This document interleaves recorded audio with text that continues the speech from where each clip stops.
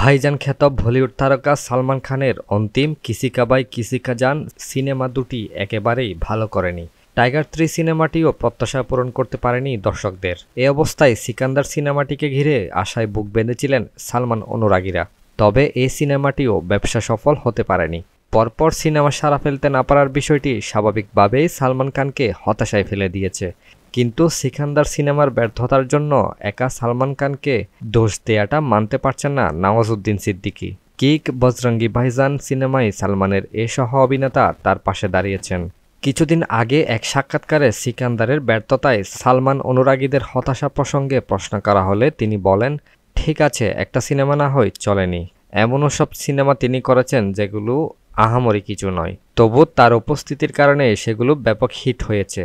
আমি সিকান্দার দেখিনি, কাজেই সিনেমাটি নিয়ে কিছু বলতে পারবো না, কিন্তু সুপারস্টারের ক্ষমতা থাকে সাধারণ সিনেমাকেও বড় হিটে পরিণত করার।